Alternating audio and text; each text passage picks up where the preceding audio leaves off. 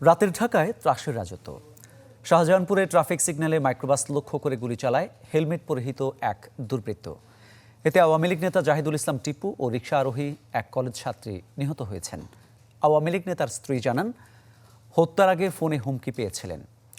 জোড়াখুনের ঘটনায় শাহজাহানপুর থানায় অজ্ঞাতদের নামে মামলা হয়েছে। সময় বৃহস্পতিবার রাত 10টা, রাজধানীর শাহজাহানপুরের আমতলা এলাকা। মাইক্রোবাসে করে মতিঝিল এজিবি কলোনি থেকে বাড়ি ফিরছিলেন মতিঝিল থানা আওয়ামী লীগের সাবেক সাধারণ সম্পাদক জাহিদুল ইসলাম টিপু। সিগন্যালে থাকা অবস্থায় হঠাৎই গাড়িটির কাছে গিয়ে একাধিক গুলি ছোড়ে হেলমেট পরিহিত এক ব্যক্তি। এ সময় টিপু ছাড়াও গুলিবিদ্ধ হন গাড়ির চালক মুন্না ও পাশে থাকা রিকশা আরোহী সামিয়া আরেফিন প্রীতি। তাদের নিয়ে যাওয়া হয় ঢাকা মেডিকেল কলেজ হাসপাতালে। আমরা রিকশা দিয়ে যেতেছি না, পিছন থেকে একটা সাদা প্রাইভেট কার ছিল আর সব তো রিকশা যেতেছে, রেলগেট না, ওইখানে অনেক জ্যাম। তো যাইতেছি তো তখন আমার মানে পিছন থেকে অনেক শব্দ হইতেছে, মানে 5-6টা শব্দ হয়েছে। ইসলামী ব্যাংক হসপিটালে যেতে যেতেই আবার খবর পেলাম যে ইসলামী ব্যাংক হসপিটাল থেকে ওনাকে ঢাকা মেডিকেলে নিয়ে আসা হয়েছে। ঢাকা মেডিকেলে আসার পরে এখানে ডাক্তাররা ইমার্জেন্সিতে রিসিভ করার পরেই ওনারা দেখছে যে আসলে টিপু ভাই আর নাই। যারা এই কাজ করেছে আইনের আওতায় এনে অবশ্যই তাদের বিচার হওয়া উচিত। হাসপাতালে আনার পর চিকিৎসকরা আওয়ামী লীগ নেতা টিপু ও রিকশা আরোহী প্রীতিকে মৃত ঘোষণা করেন। চিকিৎসা দেন হাতে 2 রাউন্ড গুলিবিদ্ধ চালক মুন্নাকে। এই মুহূর্তে আসলে বলা মুশকিল যে কী কারণে সে গুলিবিদ্ধ হয়েছে। তো এতটুকুই আপনাদেরকে বলতে পারি যে একজন হেলমেট পরিহিত একজন লোক এসে, একজন লোকই ছিল। আমরা সিসিটিভি ফুটেজও পেয়েছি এর মধ্যে, যে একজন লোক এলোপাথারি গুলি করে এই মাইক্রোতে থাকা জাহিদুল ইসলাম টিপুকে গুলি করে সে পালিয়ে যায়। খবর পেয়ে হাসপাতালে আসেন নিহতের স্ত্রী, সংরক্ষিত নারী আসনের কাউন্সিলর ফারহান ইসলাম ডলি সহ রাজনৈতিক সহকর্মীরা। টিপুকে ফেরত দেন, আমি এই দেশে দেশে চলে যাব ভাই।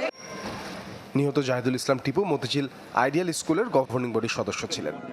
এছাড়াও তিনি ছিলেন গুলশানের আলোচিত যুবলীগ নেতা রিয়াজুল হক খান মিল্কি হত্যাকাণ্ডের অন্যতম আসামি, যদিও পরে আদালত তাকে সেই মামলা থেকে অব্যাহতি দেয়।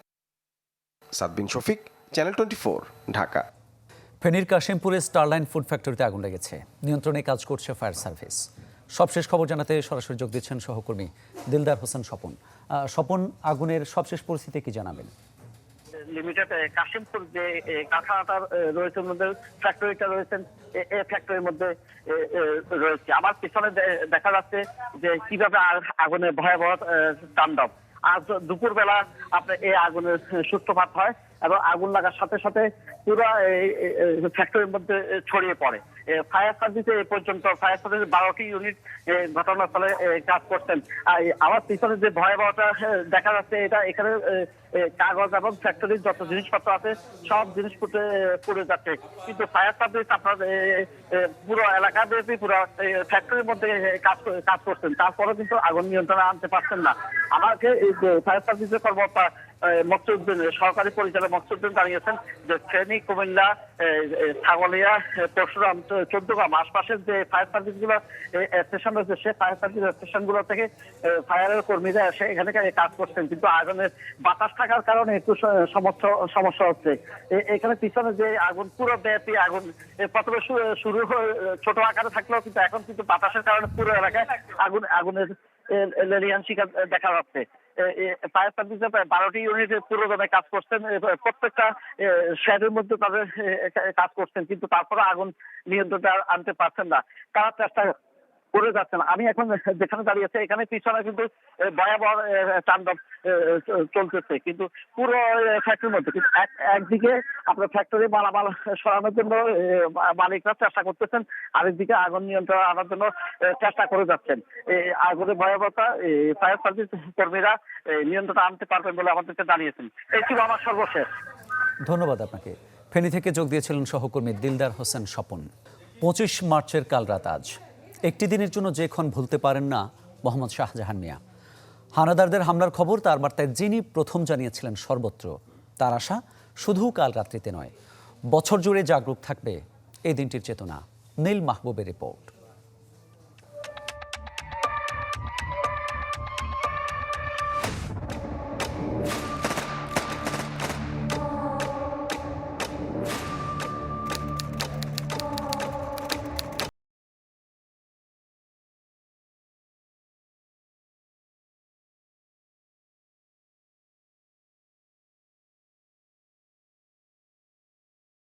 হাত ব্যস্ত ছিল কাজে, কোনো হাত যত্ন নিচ্ছিল শৈশবের, হয়তোবা বিশ্রাম নিচ্ছিল কেউ। ফেরিওয়ালা ফেরি করছিল, হয়তোবা যাত্রী টানছিল কোনো রিক্সাওয়ালা, কিংবা কাজ শেষে ঘরে ফিরছিল দুটো পা।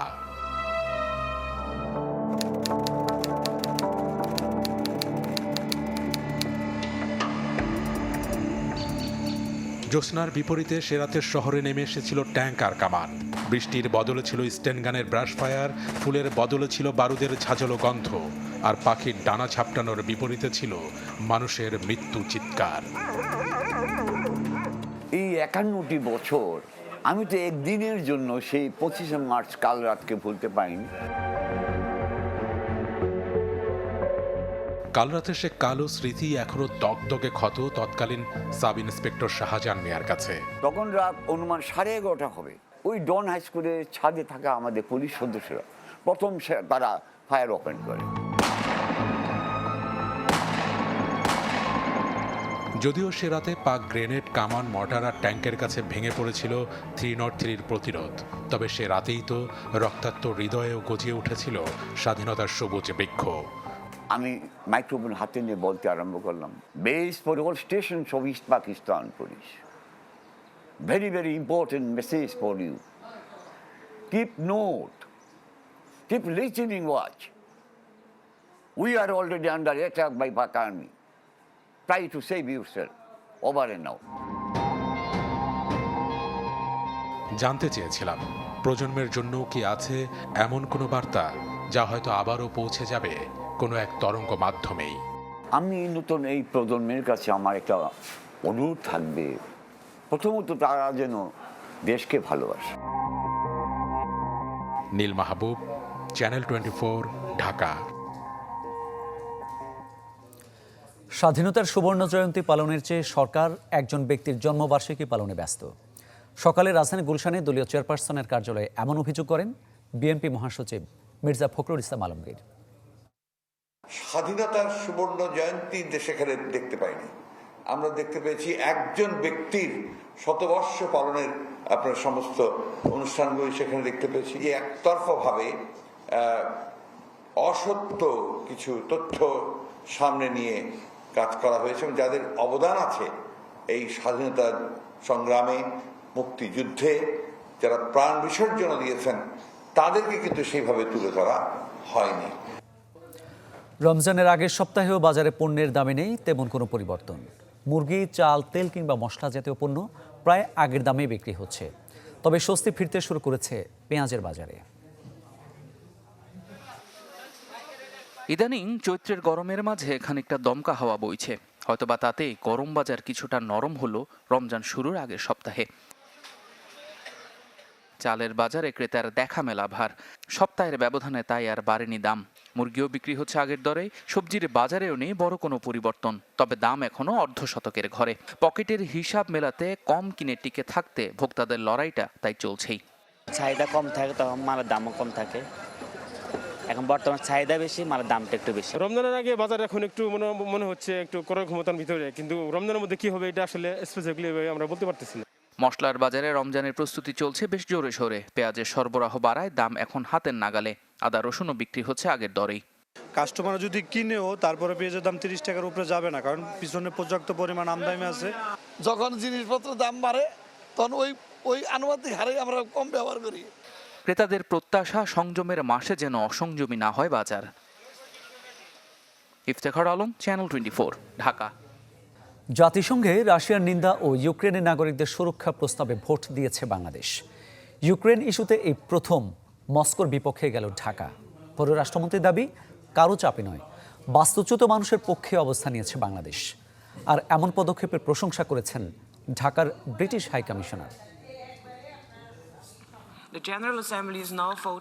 জাতিসংঘে রাশিয়ার হামলার নিন্দা এবং নাগরিকদের সুরক্ষা নিয়ে সাধারণ পরিষদে প্রস্তাব তোলে ইউক্রেন। 193টি দেশের মধ্যে 140টি দেশের ভোটে পাশ হয় ওই প্রস্তাব, যেখানে প্রথমবারের মতো রাশিয়ার বিপক্ষে এবং ইউক্রেনের পক্ষে ভোট দেয় বাংলাদেশ। তবে এদিনও ভোটদানে বিরত ছিল ভারত, পাকিস্তান, শ্রীলঙ্কা সহ 38টি দেশ। আর সরাসরি না ভোট দিয়েছে উত্তর কোরিয়া, বেলারুশ সহ 5টি দেশ। প্রথমবার ইউক্রেন ইস্যুতে দেশটির পক্ষে ভোট কি বাংলাদেশের অবস্থানের পরিবর্তন কিনা জানতে চাইলে পররাষ্ট্রমন্ত্রী বলেন, এই ভোট বাস্তুচ্যুত মানুষের পক্ষে। আর এটাতে আমাদের ইয়েস দেওয়ার মূল কারণ হচ্ছে মানবিক কারণে। আমরা পৃথিবীতে মানবিক দেশ হিসাবে সুপরিচিত। আগের প্রস্তাবটা খুব একতরফা ছিল এবং সেইখানে মোটামুটিভাবে আপনার রাশিয়াকে শুধু দোষারোপ করা হয়েছে। কিন্তু যুদ্ধ তো এক হাতে হয় না, এক হাতে তালি বাজে না, কিন্তু অন্য পক্ষের নামই আসেনি। মাত্র কদিন আগেই হয়েছে যুক্তরাষ্ট্র বাংলাদেশ অংশীদারিত্ব সংলাপ, তাই পশ্চিমবঙ্গের কাছ থেকে কোনো চাপ আছে কিনা এমন প্রশ্নের জবাবে মন্ত্রী বলেন, কারো চাপের মুখে নেই বাংলাদেশ। চাপ আমাদের মাননীয় প্রধানমন্ত্রী কখনো ভ্রুক্ষেপ করেন না। ইউ মাস্ট নো ইট। সে হচ্ছে বঙ্গবন্ধুর মেয়ে। বাংলাদেশের মঙ্গলের জন্য যা যা করার তিনি তাই করেন। কোনো চাপের বশবর্তী হয়ে শেখ হাসিনা কাজ করে না। তবে রূপপুর প্রকল্প সহ রাশিয়ার সাথে দ্বিপাক্ষিক বাণিজ্য চলমান রাখার নানান উপায় হচ্ছে ঢাকা। এগুলো অলিক। ইউক্রেনের নিপীড়িত মানুষের পক্ষে জাতিসংঘে ভোটদানকে স্বাগত জানিয়েছে ঢাকার পশ্চিমা দূতরা। We are very pleased that Bangladesh has chosen to do so because it demonstrates the breadth of the global feeling about the extraordinarily terrible consequences which civilians are suffering. Moshad Hasib, channel 24, Dhaka. খেলার খবর জানাবো। দক্ষিণ আফ্রিকা থেকে দেশে ফিরেছেন one day দলের 3 cricketer. সকালে ঢাকায় অবতরণ করেন মাহমুদুল্লাহ, আফিফ হোসেন ও নাসুম আহমেদ। দীর্ঘ ভ্রমণ ক্লান্তি থাকলেও অসাধারণ সিরিজ জয়ের আনন্দ সঙ্গী তাদের। তবে সংবাদ মাধ্যমে কথা বলেননি কেউ। 2-1 দিন বিশ্রাম নিয়ে প্রিমিয়ার লিগে নেমে পড়বেন ক্রিকেটাররা। মোহামেডানের হয়ে ব্যাট হাতে ফর্মে ফেরার চ্যালেঞ্জ মাহমুদুল্লাহর। প্রোটিয়াদের মাটিতে ঐতিহাসিক ওয়ানডে সিরিজ জিতলেও রান খরায় ভুগেছেন এই অলরাউন্ডার। এই ছিল বিকেল 4টার খবরে। দর্শক, করোনার এই দুঃসময় স্বাস্থ্যবিধি মেনে চলুন। একটু পরপর সাবান, স্যানিটাইজার বা হ্যান্ড রাব দিয়ে হাত জীবাণু মুক্ত করুন। আর বিশ্বের যে কোনো প্রান্ত থেকে সবশেষ খবর জানতে ভিজিট করুন আমাদের ফেসবুক পেজ, ইউটিউব চ্যানেল ও ওয়েবসাইটে। এতক্ষণ সঙ্গে থাকার জন্য সবাইকে ধন্যবাদ।